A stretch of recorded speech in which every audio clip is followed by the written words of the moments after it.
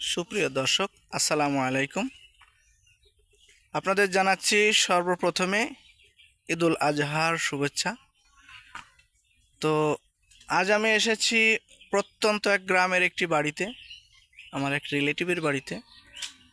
এখানে কিছু দেখে আমি হতভম্ব হয়ে গেছি। হতভম্ব বোঝেন? আশ্চর্য হয়ে গেছি।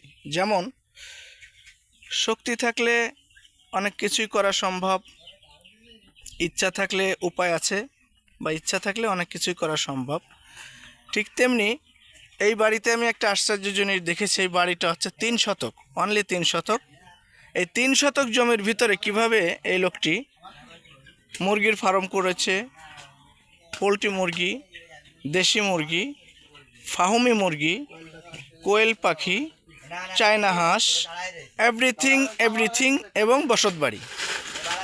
এটাই আপনাদের আজকে আমি তুলে ধরবো যে এটা কি করে সম্ভব। আসুন আমরা মূল ভিডিওতে চলে যাই। সর্বপ্রথমে আমি আপনাদের বাড়ির এরিয়াটা দেখাতে চাচ্ছি।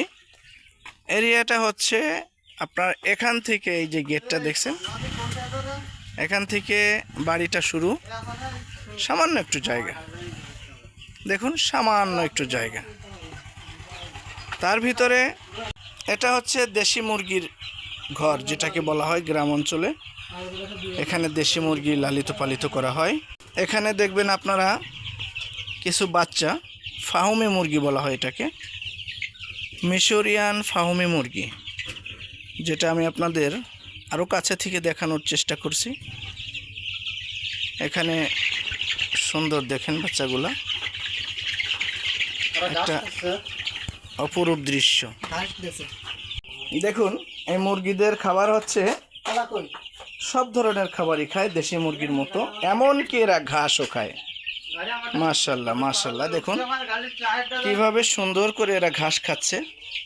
আপনারা আশ্চর্য হয়ে যাবেন। দেখেন এত সুন্দর করে এরা ঘাস খাচ্ছে। এটা হচ্ছে বলে মিশরিয়ান ফাহুমি মুরগি, যা আপনারা ইচ্ছা করলে নিজেরাও ছোট্ট একটু জায়গার ভিতরে খামার করতে পারেন। বসত বাড়ির আশেপাশে ছোটোখাটো একটা মিনি খামার। একদমই দেখেন ঘরের পাশে কত বাচ্চা। এখানে কতগুলি বাচ্চা আছে?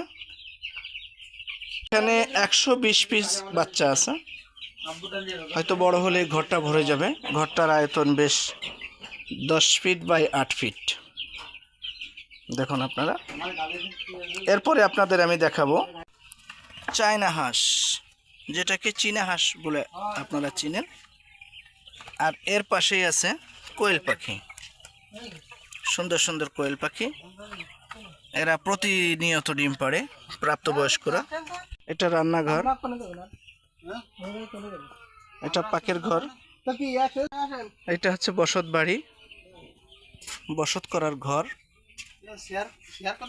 এটা হচ্ছে আপনার চীনা হাঁস, কয়েকটা হাঁস মুরগি। আর এইটা হচ্ছে পোলট্রির খামার। এইটা হচ্ছে পোলট্রির খামার। সুপ্রিয় দর্শক, আপনারা দেখতে পাচ্ছেন পোলট্রিও আছে ভিতরে। ঈদের সময় তাই পোলট্রি কম। খুব শর্ট একটা ভিডিও আপনাদের দেখালাম। আপনারা ইচ্ছা করলে বসত বাড়ি পাশ দিয়ে আপনারা ছোটোখাটো খামার করতে পারেন। আল্লাহ হাফেজ।